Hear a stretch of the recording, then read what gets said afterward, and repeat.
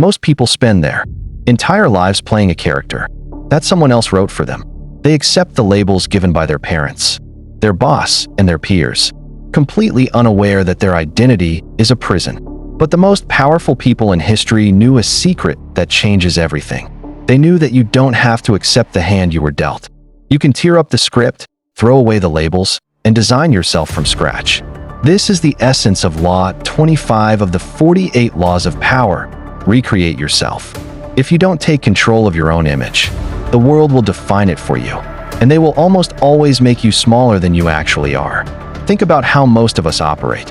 We act a certain way because we think that's just who we are. We say things like, "I am not a leader," or "I am just a quiet person," or "I am not good with money." But identity is not fixed. It is a social construct. Robert Greene argues that the world wants us to be predictable because predictable people are easy to control and easy to categorize. When you allow society to assign you a role, you become a background character in your own life. Recreating yourself is about stepping into the spotlight. It is about taking the clay of your existence and molding it into a masterpiece of your own design. To truly understand how this works, we have to look at one of the greatest masters of self-reinvention in human history, a young man born into poverty in Corsica who went by the name Napoleon Bonaparte. Napoleon was not born into royalty, nor did he possess a massive inheritance. In fact, he spoke French with a heavy accent that made his aristocratic peers laugh at him.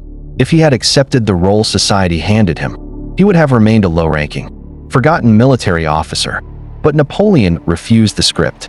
He understood that power belongs to those who control their own narrative. He began to systematically recreate himself.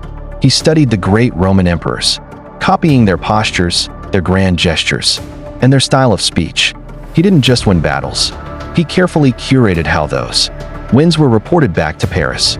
He commissioned paintings that portrayed him as a godlike figure crossing the Alps on a charging white horse, even though he actually crossed them on a humble mule. When it came time for his coronation as Emperor of France, he didn't wait for the Pope to place the crown on his head. In a calculated, dramatic move, Napoleon snatched the crown and placed it on his own head. He showed the world that he was the sole creator of his destiny. He forced the world to accept the character he had invented.